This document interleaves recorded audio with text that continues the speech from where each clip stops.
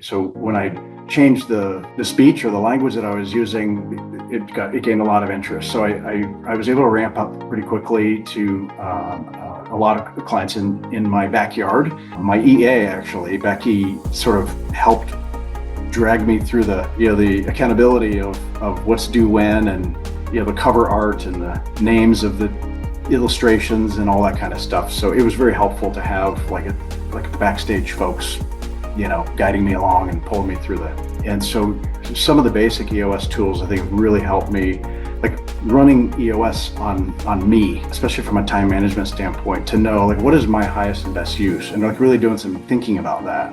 What do I love to do and what am I great at versus what am I able to do, but I don't like it. I think one of the keys, Amir, for me, it has to be something I'm passionate about, and then the ideas will start to flow. But if I'm trying to push too hard, it's probably not the right time to crank it out.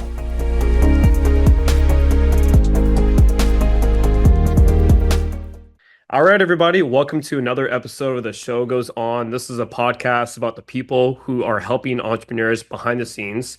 My name is Amir Nurani, and today I'm joined by Alex Freytag. Alex is an expert EOS implementer. He was actually introduced to me by a good friend, Jill Young, and I'm so glad to have you on the podcast today, Alex. How are you? Thanks, Amir. I'm doing great. Thank you for having me. I really appreciate this.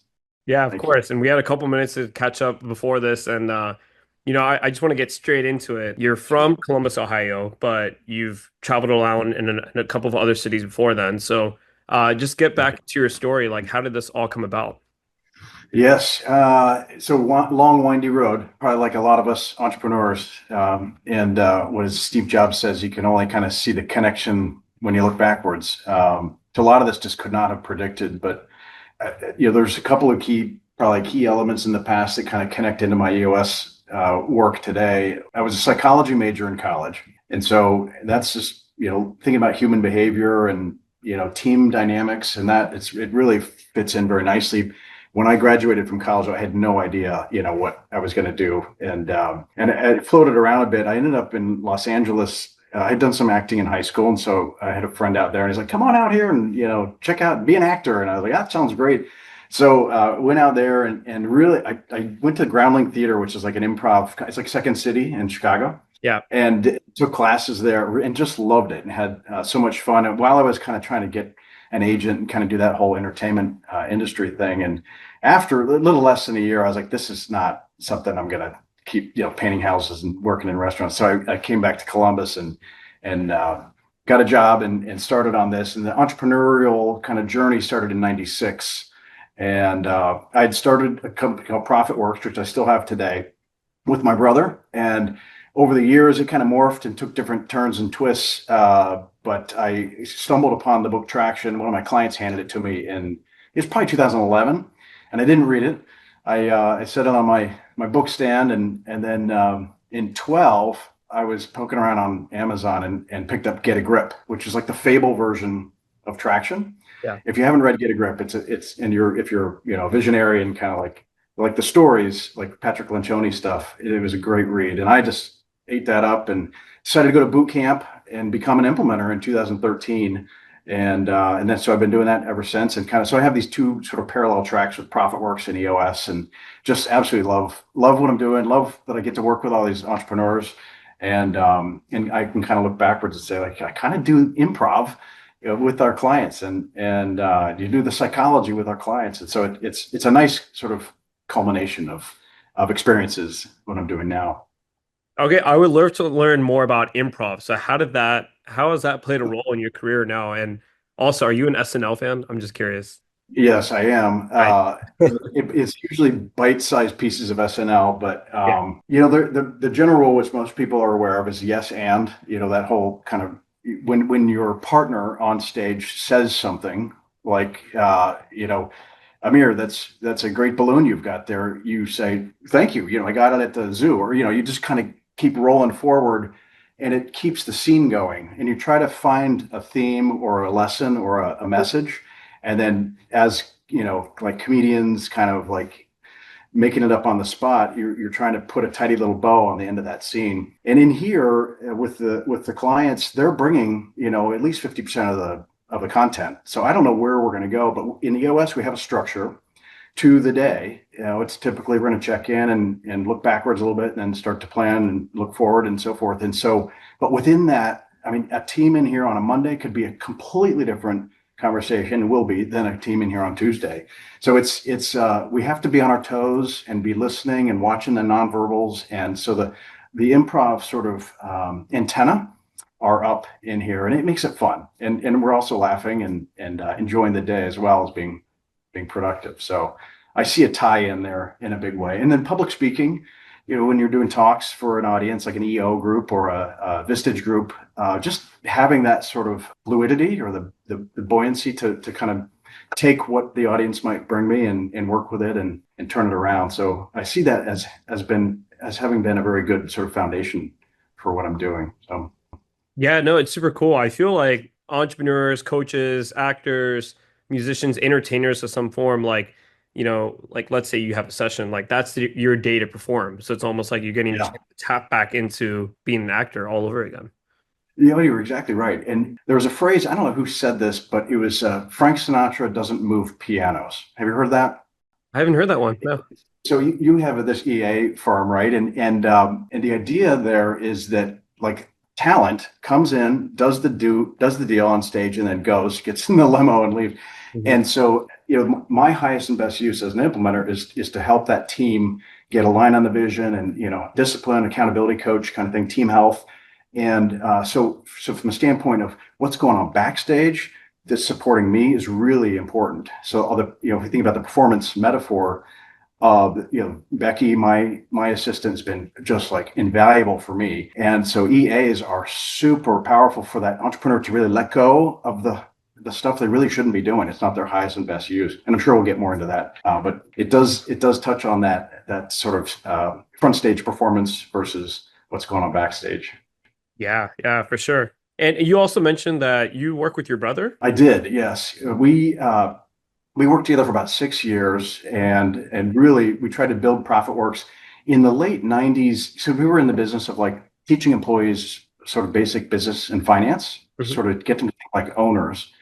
And it was a tough sell. It's really tough. So and if we think about an entrepreneur, you've built this business, you've got your P&L and your balance sheet and your cash flow, and you're trying to make this thing work. And the idea of sharing some of this financial information with the employees is a little frightening. And because it's like your baby, and there are all kinds of like stories we make up as to why we don't share. It's like they're going to want more money, and these kinds of things. And so my brother and I found this niche sort of in the ESOP world, employee stock ownership plans, and also larger companies they were publicly traded and so forth in Columbus and around Midwest.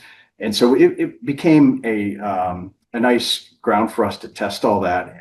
But it wasn't meeting I was married and he was getting married. We were like, we got to start, doing something a little different. So we kind of mothballed it for a few years, and then I resurrected it solo a few years later. So, but it was fun, really fun to work with my brother, and we have lunch once a week and good friends. So it's the family business dynamic is interesting though, versus just traditional kind of leadership team. Yeah, no, I'm curious about it because my brother and I also work together, and How's that work? yeah, we've been working together now for like over a decade, and it's been Wow. fun. I think they always say whenever you start off any sort of partnership, even if it's not with family, understand what the other person is good at. And Yes. I think my brother and I kind of just like figured it out organically and kind That's of cool. winged it, and like luckily Yeah, it's worked out. It's been okay. that's good. I would say that we had a similar agreement, and our father, was our advisor for a number of years, suggested you don't do 50-50. So one of you's got to be 51 to make the final call. And so Gavin, my brother, was 51, which is totally cool. But we found our roles, and I became sort of the outside guy, and got in sales and marketing and demand creation and so forth on the front stage. And Gavin was my operations and like getting the work done. And we had some instructors and doing these ProfitWorks workshops, and it really was a nice balance. And we were learning, we're young, we're growing, and a lot of sort of false starts and stumbling blocks, but it was fun to work together. And there's that sort of innate trust with your brother that allows you to have maybe a little bit more freedom to try some things. But so it's been a good. What was your how did you guys figure out the roles? Yeah, that's a good question. So, I think I'm better at like kind of the sales side. However, he's very Okay. good at vision, and I can also do some admin, and he's good at marketing. So it's kind of all mixed and jumbled for us. And then Yes. we read Traction. And as we were reading it, we were like, oh, okay, he's the Yeah. visionary, not the integrator. And it all made a lot more sense to us then. And we That kind of makes a lot of sense. fit into those roles a little bit more. And even now it's evolved. Like we've added some people to our leadership team and Yes. we would say, oh, you know what? She's probably a better integrator than even I am. And I feel like this kind of happens in the evolution of a company. But it was Absolutely. tough to figure it out. And I really think Traction helped us define it a little bit better, especially during those critical years when a company's starting to scale. And you almost need to have like a show of unity for your team so that, they can take your Yeah. orders and follow. I love that. And what you said sort of aligns with you had role clarity. We didn't have EOS back, then. I wish we had.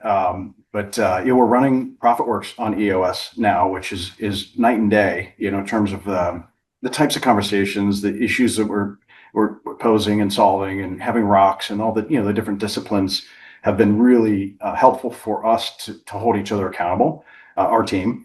And we didn't have that back. It was kind of Wild West, winging it, and the spinning plates kind of thing, which is an entrepreneur's journey, I guess, in the early stages. That when you're trying to scale it up, and so we did the best we could. But I know if we could do it all over again, we'd do things quite a bit differently with EOS.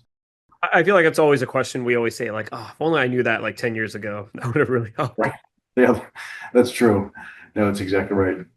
Yeah. So you read Get a Grip and then that led you back to Traction. Tell me more about that EOS Genesis, the story about how you got fully immersed within that world. Yes. So it was 2013, and Get a Grip. I have my dog-eared copy. It's highlighted, and I had a glossary in the back because there's all this EOS terminology that's like, this is like interesting. So I was like, what's a level 10 meeting? What's a to do? So I had all these little glossary terms in the back so I could go back to it easily. And I was like, this is just really, it's simple, but I mean, it's not easy, but it's simple. And it made sense to my little crazy ADHD brain. I wanted to teach it. I just wanted to teach it to entrepreneurs. And so going to boot camp I was probably number 55 in the community is what we estimate. Today, there are about almost 900 implementers. So I was very early in the journey, and I just loved it. And so, we do get on that 90-day world, that quarterly pulse where we're, setting up issues and knocking them down, and just started the biz dev side of that, which is, you got to have a decent network in your geography. And I did. I'd been knocking on doors for years with the ProfitWorks. So when I changed the speech or the language that I was using, it gained a lot of interest. So I was able to ramp up pretty quickly to a lot of clients in my backyard, which was fun, and a lot of good reputation. And I was the first implementer in Columbus, and now I think they're about 13. And Wow. so I've been able to, if my calendar's full, I can help the other implementers get up and going more quickly, and just try to be a mentor and a resource for them. Along the way, I was a community leader at EOS Worldwide, which basically means I was teaching boot camp. So there were 3 or 4 boot camps going on each quarter, and I had the Tampa one. So I would fly down there, and there would be 16 like sort of hungry implementers who were just getting started and wanted to learn this. So it's like a lot of fun to teach that, teach the roots of EOS to this group of entrepreneurs who had either experienced it, maybe they were on our leadership team and they wanted to become an implementer, or they sold and had some event and decided they want to be an implementer and a coach. And so it was a lot of fun. Did that for about 3.5 years. And Amir, when you teach something, you learn. Yep. And so the boot camp I was teaching was a kind of night and day from what Gino taught me in 2013, because it just evolved. We had like these manuals and videos and a lot of depth to how we teach sort of adults to learn this stuff. And then they would leave boot camp and just start knocking on doors. And so it became a nice way to get to meet a lot of the community as we were growing. And in 2020, I wrote a book called ProfitWorks, and that sort of reestablished my interest in that original business that I did with my brother. And then that's a bit about incentive plan design for the employees in a business that's running on EOS or any operating system for that matter. And also teaching the employees, okay, you've got this incentive plan. How do you drive incremental profit that'll help fund it? And so you're getting to think like owners, and so I have kind of these two paths going. It keeps it interesting and variety for me right now, which is nice. Yeah, so tell me about that. I wanted to ask about you've written a couple of books, right? I have, yes. You mentioned it was about incentive plans. Do you actually design those for clients, or how does it all work? We do, yes. So it's in 2014, I wrote a book called Vision Works, and it was just sort of a brain dump of kind of my experience to that point, and then I kind of formalized it into the second book, ProfitWorks, two words. And it, to your point, it's incentive plan design is one piece, which I think a lot of entrepreneurs are frustrated by because there's not like a silver bullet on this. It's a lot of it's psychology. Again, trying to shape that human behavior toward improving the financial performance of the company. And so that sort of implies that the audience, the employees, need to understand how does the financial performance work. In our experience, and my brother Gavin and I, were surveying employees early in the 90s and early 2000s when we were doing this. We'd say, hey, what percent of sales would you guess is profit? And the employees would raise hands or they write it on their survey. And the average guess is around 50%. So that, usually they've not been taught it. Yeah. I don't know. I have an old questionnaire. I would be in the business as 50% profit of sales. Oh my God, exactly. Yeah. And so if we can kind of start to help them understand, there's sales, and that's sort of as you tie into EOS a little bit. What I've seen on like VTOs, which is the Vision Traction Organizer, some teams we're not going to share financial information, but we will put sales on there. And let's say the 10-year target's 100 million and the 3-year picture is 40 million and the 1-year plan's 20 million or whatever it is. If the employees just see 20 and 40 and 100 and 20 and 40, they think you've got that money sitting somewhere. And so that story sends this message that like we're rolling in the money and you're not, kind of. So there's us versus them.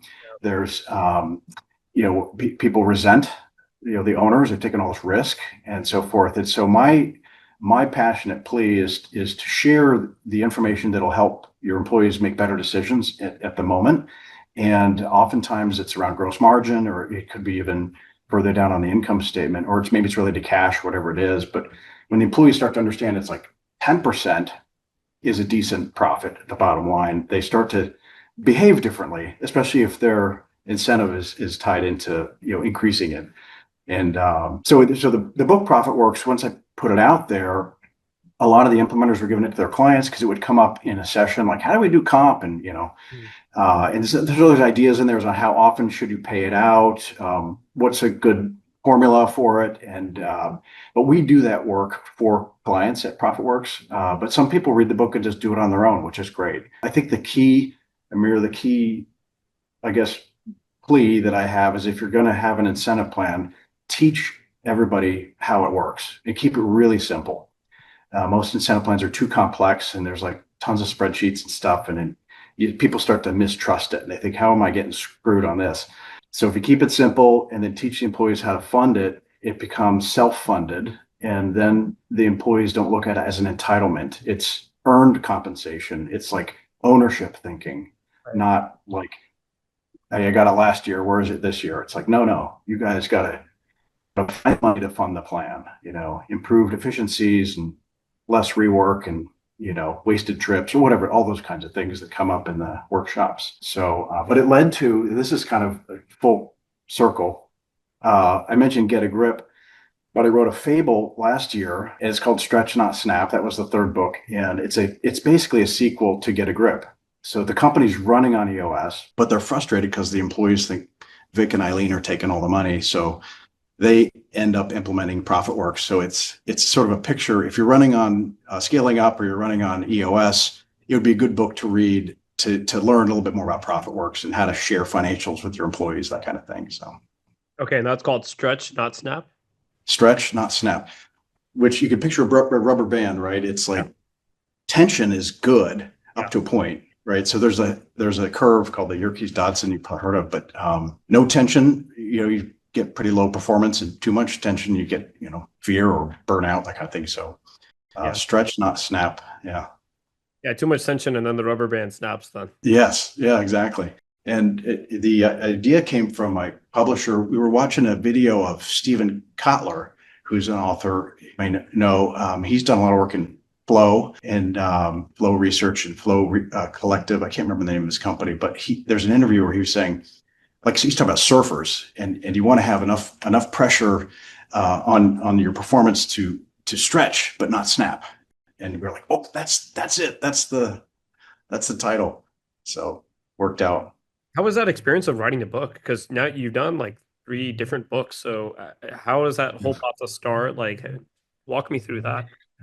Yes. The first one was like pulling my own teeth. It was very difficult. I had a lot of ideas up here, but I wasn't familiar with how to organize and all that. The second one was a little better, a little bit more organized in terms of getting a broad outline and then starting to put kind of, meat on the in content into it, and then trying to get client stories to fill in, some of the color there. And then the fable, the stretch not snap, was I went to like an Airbnb in the woods, and like I just dictated the thing because I'd been doing this work for so long, it just kind of rolls off. And so, it just picks it up, and then I gave it to an editor, and she, made it all grammatically correct. And then we kept, reworking it until it was simple and succinct. But I mean, some people can do that very quickly. Mine are like 8 to 10 months kind of process. It becomes a set of rocks. And my EA, actually, Becky, sort of helped drag me through the accountability of what's due when, and, the cover art and the names of the illustrations and all that kind of stuff. So it was very helpful to have like a backstage folks, guiding me along and pulling me through the muck. And these days, the publishing process, I mean, there's ghostwriters and there's all kinds of other ways to do it. So if writing is not your thing, there's certainly other options. But I think one of the keys, Amir, for me, it has to be something I'm passionate about, and then the ideas will start to flow. But if I'm trying to push too hard, it's probably not the right time to crank it out. So anyway, that's my experience. Tell me more about how your EA helped you, because that's something I'm particularly interested in, just because our business literally functions on EAs, and we actually started another business on top of that called Anywhere Talent, where we're providing global talent from all over the world, EAs that can help entrepreneurs power their businesses. So that sounds like it was instrumental for you in helping your book really get off the ground and get going.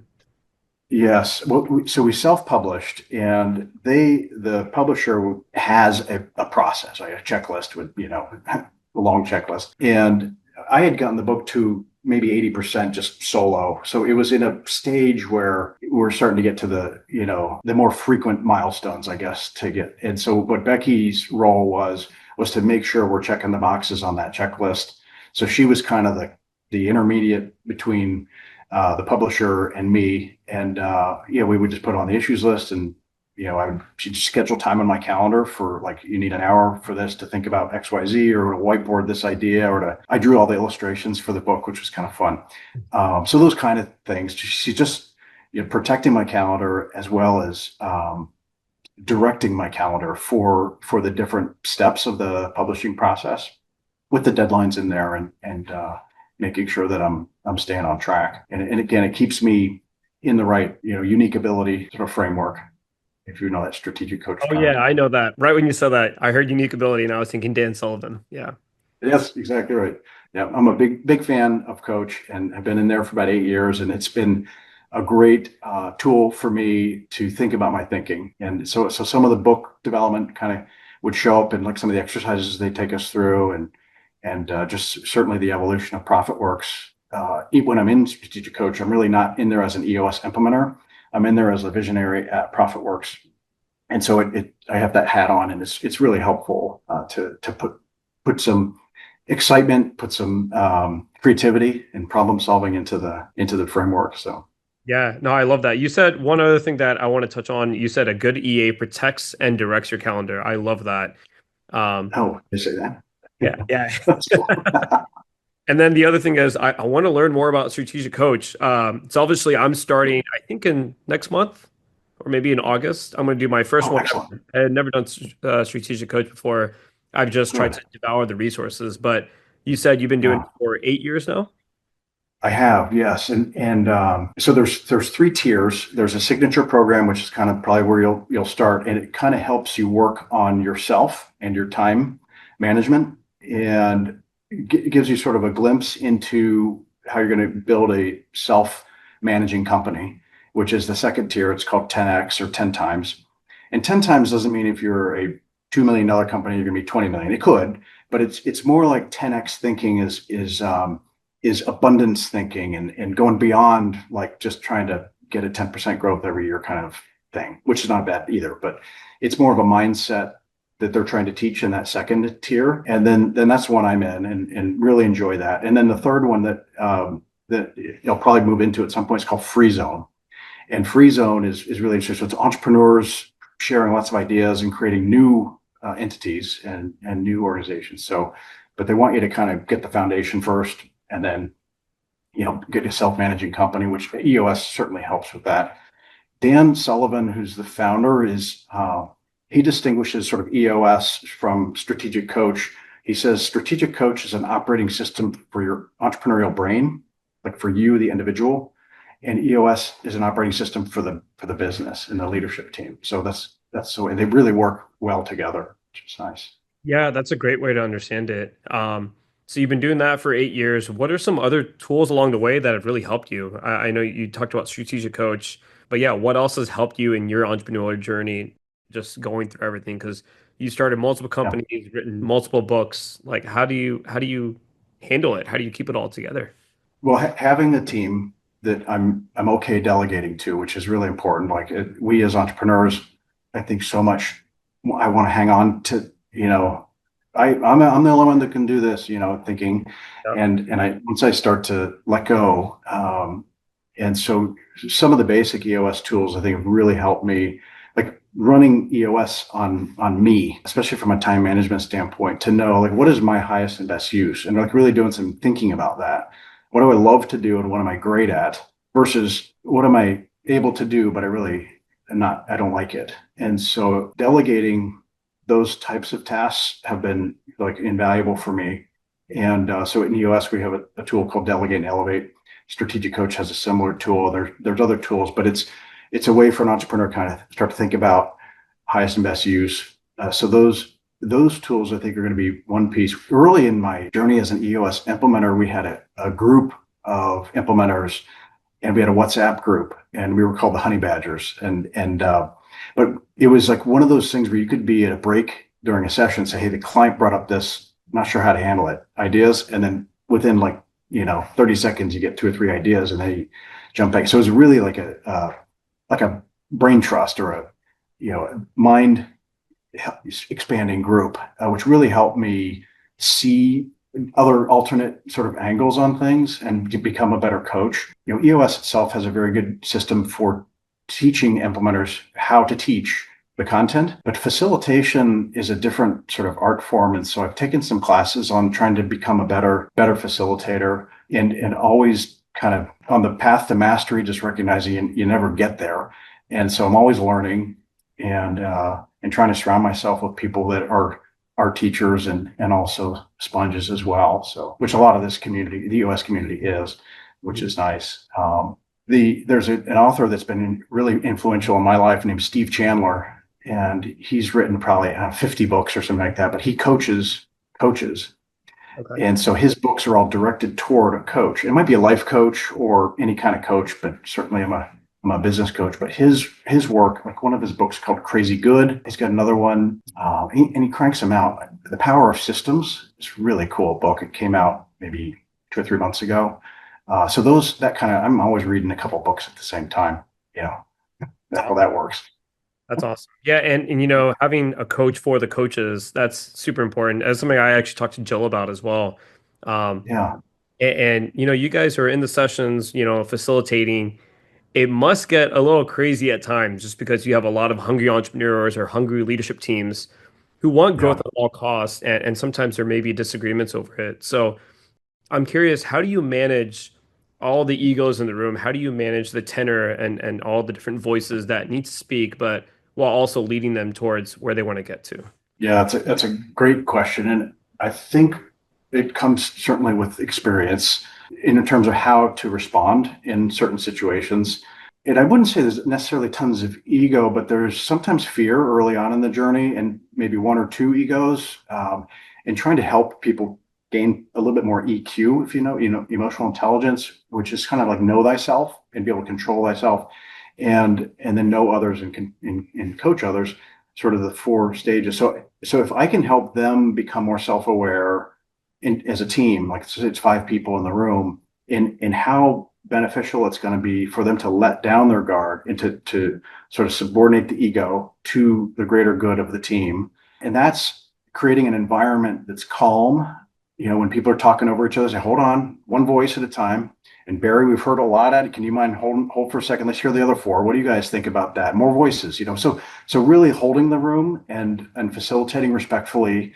So when the team sees how an EOS implementer can handle, I guess, a strong visionary that's like very, very big and loud and in the room, they love the facilitation because they don't get that back at the company. And so our role really is and we're not doing it to disrespect him, but we're trying to like help the team get stronger. And so sometimes we say, if I'm one-on-one with the entrepreneur, I'll say, try this leadership challenge. Can you speak last in the next session? For in every issue we're talking about, just you go last. And he's like, yeah, I'll give it a shot, And so those Like kinds of entrepreneur things. that. Yeah. Yeah. Yeah. Okay. That's interesting. So it is it's fun. And every session brings sort of new twists, which I learn from. And I think it's important for me post session to take like 10 minutes and kind of debrief. We have a debrief sheet and just ask me questions about things that I observed during the meeting. And it helped me sort of course correct. If I could do that all over again, would I say something a little differently the next time or ask a different question or that kind of thing? So it is an adventure for sure.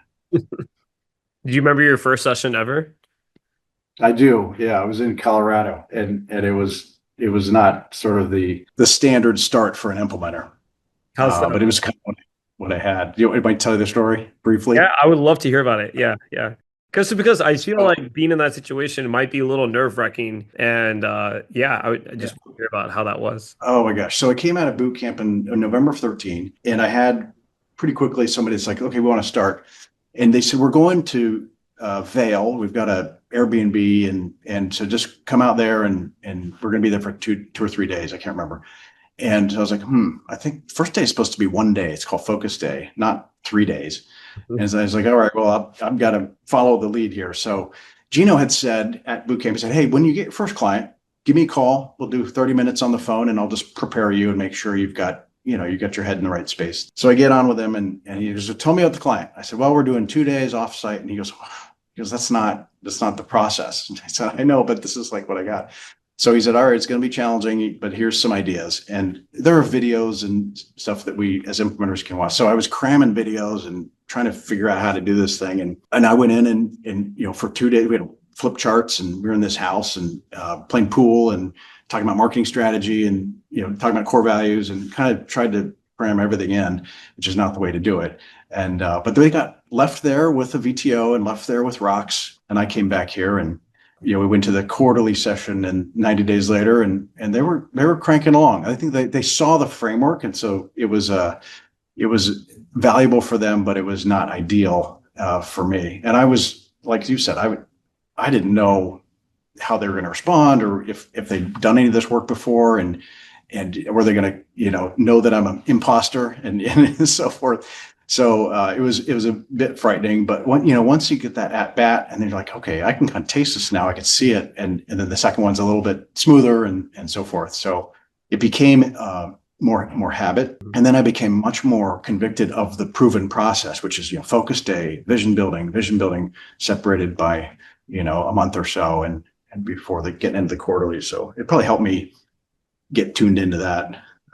And you touched on imposter syndrome. I feel like Not only that's something that coaches go through, entrepreneurs, everyone, whether you're working a job, how do you combat imposter syndrome? That is a great question. So a couple of things I do. I meditate daily. It's really important for me, which I think slows me down a little bit and gets me some perspective. If I ever get a note from somebody, like a card that says, "Hey, thanks for this," or "You really helped me with that." Like when I was doing the boot camps for implementers, I'd get some nice gratitude and appreciation. Instead of just, tossing it, I have a folder that I put it into, I put date on it. And if I'm like down, like mentally, I pull that open and just read some of those, and I'm getting emotional now. But it's very important to know I'm having an impact. I'm helping people. I'm helping entrepreneurs. I love working with entrepreneurs, and so it kind of builds my confidence back up a little bit.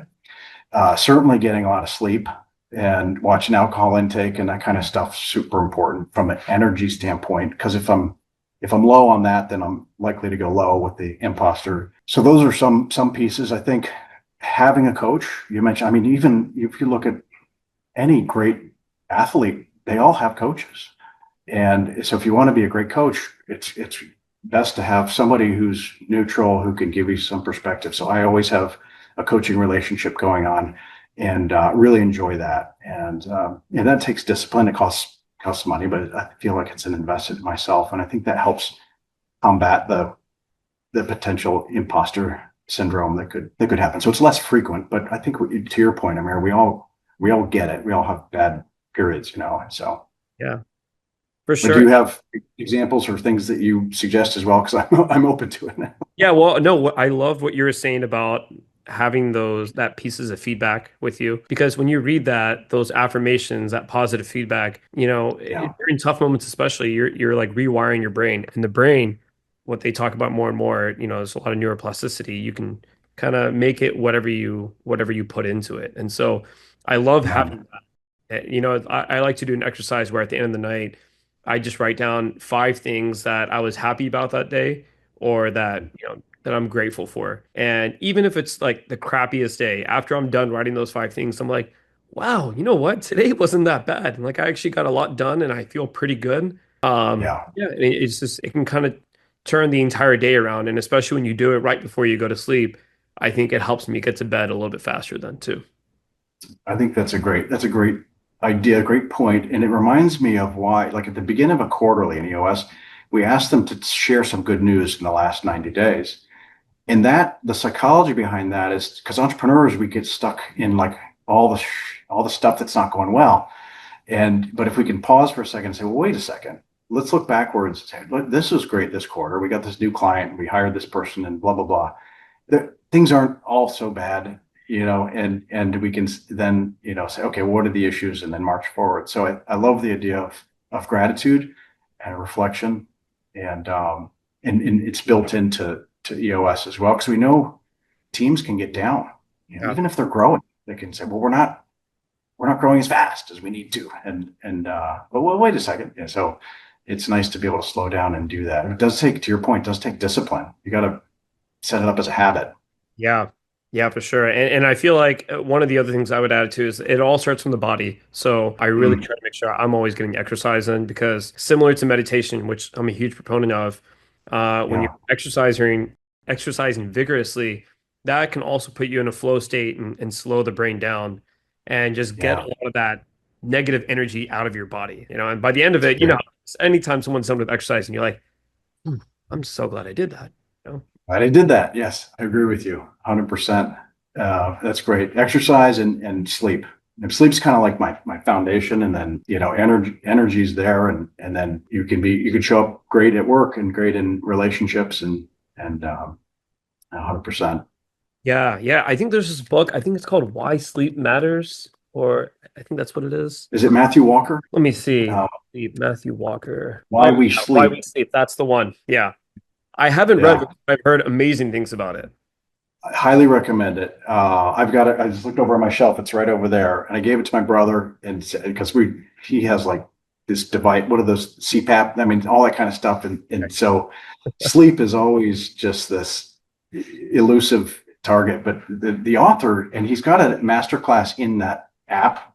masterclass. That's pretty cool, where he's doing these videos and talking about, what's going on in the different stages of sleep, and pretty compelling. So Yeah. I'm trying to read up more on sleep, and I've heard like especially that last hour of your sleep is so important because that's when you're getting some of the most REM. oh, is that right? I didn't know that. Yeah. Okay, so the piece that jumped out to me was one. He said, try to eat at least 3 hours prior to your last meal, your last bite of food before closing your eyes, because then digestion is pretty much done, and you'll move into more quickly deep sleep. Yeah.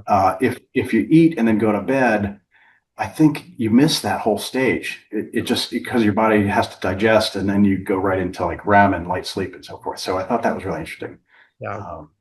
So I've moved up my eating time to 5:36 p.m. It's tough, and I like to snack late at night. Like not even bad stuff, but like fruits and whatnot. Like I like to eat that at Good. night. But I totally Yeah. get what you're saying. I've read that before too, and now I'm really trying to cut it off at a certain Yeah. point so that I can just like easily go to sleep. And it's true. On the days where I have an earlier dinner, way easier to go to sleep, especially when I Yeah. start like dimming down the lights and everything. I used to have the lights like on full blast, even like at 10 p.m. And now Oh like yeah. around like 8:39, I'm like, all right, let's start dimming it just a little bit. Dial it down.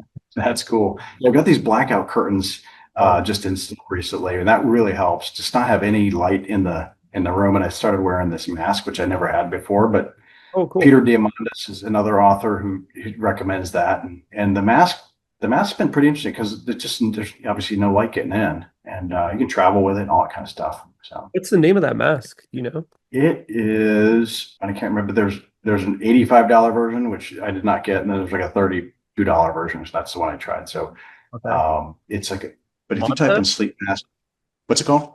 Is it called Manta? Manta sleep mask? Yes, yeah, that is Okay. it. And it's like got colors on it, or some Yeah, of yeah, them do. yeah. Okay. Yeah, It's cool. it's a sleep mask. Yeah, I'll have to check that out. Yeah. I'm always trying to hack sleep. So Yeah, that's right.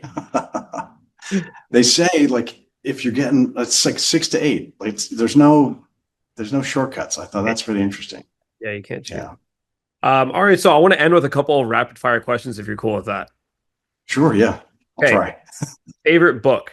Atlas Shrugged. Atlas Shrugged. Ayn Rand. Ayn Rand, Ayn, Ayn Rand, Atlas Shrugged. So I've read it maybe 4 or 5 times. Uh, Huge tome, right? yeah, But thick book. Yeah. short little thing. The metaphor is the entrepreneur is Atlas, and we carry the weight of the world on our shoulders. And her point in this fictional story is if we just gave up and shrugged, the world would collapse because entrepreneurs would make the world go round. So I love that book. That's awesome. Yeah. I think that's Mark Cuban had an interview one time where he said that was one of his favorites as well of all time. Oh, is that right? That's cool. Mhm. Good. It's a Uh, big commitment. yeah, it is. Yeah. Favorite city? I'm sure you traveled to a lot of cities for implementation, but which one is your favorite? So first one that came to mind was Chicago, and then Boulder came in right after that. So, but I lived there right after college. It was recession. It was like 91. I had trouble finding a job, but what a fun. See, I was in Lincoln Park, and I mean the restaurant scene, the bars, the people. It's just so much fun. It's a beautiful city around that lake. So that I guess that's first one. Mhm. That's awesome. Yeah. Yeah. And then your favorite movie of all time. This is a tough one. Oh my gosh. So Diner came to mind, and Diner? have you Diner? I have Yeah, not it's seen that. like Mickey Rourke. It's an older movie, Okay. but these buddies who go to this diner and hang out, and I think it's post college, and they're just screwing around, and lots of little stories and funny little stories in there. Trying to think of all the actors in there, but it's stuff people that are 70s, 60s, 70s now, but really funny back then. It might have been, I don't know what year. Can you look it up? But I'm it's looking probably at it right now. Yeah. So I see Kevin Bacon, Mickey Rourke, Steve Gutenberg, Paul oh Reiser, yeah, Tim there you Daly, go. Stern. Yeah. That's pretty funny. Actually, in anything by Quentin Tarantino, when you mentioned Tim Daly, but yeah, Reservoir Dogs. I saw a friend of mine somehow got the copy of Pulp Fiction before the movie came out, and I read it. I was like, oh, man, this is unbelievable. And No so, way. yeah, I was read it on paper, like, I don't know, a year before the movie came out or some number of months. But he's what a genius director he is. So you actually read it? You read the script before the movie even came out, and you I were like, oh, read this the is script. Yeah. I think because I had a buddy in LA, and then he must have known somebody or gotten, I don't know how he got a hold of it, but I remember reading it. I was in my I was living at home at that time, but must have been the summer in the 90s sometime, but I don't remember what came out. But Yeah, I think it was 94, maybe. I'm not sure. Yeah. was it? Okay. Man, yeah, that's a great movie. Quentin Tarantino is incredible. Like you watch his movies and he's totally doing it different than everyone else. Like he has that foundation and structure, but he still breaks all the rules somehow. They're interesting little thing, and I haven't done all the research on it, but you know, when John Travolta and they're driving in the car and he's talking about the Burger Royale and he went to Paris and all this, that story shows up in another Quentin Tarantino movie, and I can't remember where are the lines, but he has characters that play in different movies, which I don't know how he does that, but it's pretty cool. Ties it all together. Yeah, it's the small things like that that like people appreciate, you know? Yes, yeah, that's true. Well, Alex, thanks so much for joining today. Really had fun, talking about everything. We talked about LA, we talked about favorite movies, book writing. I think that's incredible that you've written like 3 different books. That's really Thank awesome. you. I appreciate that, Amir. Thanks for having me. I really appreciate it. It's Yeah. great to be here. And before we sign off, like, is there anything else that you want to be able to add where people can find you? Yeah. Sure. Yeah. Well, definitely on LinkedIn. And then alexfreytag.com it's part of a starting point where it can go into the EOS world or into the ProfitWorks world. And the books are on Amazon and Audible. Loved recording the Audibles. That's a lot of fun to get in the studio and just like, get all focused on that. So, but those are probably the best places. And ProfitWorksLLC.com is our website. It has, if you're going to DIY an incentive plan or you want help or you want us to do it, there's lots of choices there. But appreciate that, and I wish all of your listeners success with their journey and this entrepreneurial journey, and have fun with it. Make sure you're with the right people. So Thank you, Amir. Have fun. The journey is the best part, right? Yeah, exactly. Right. That's right. All right. Thanks so much, Alex.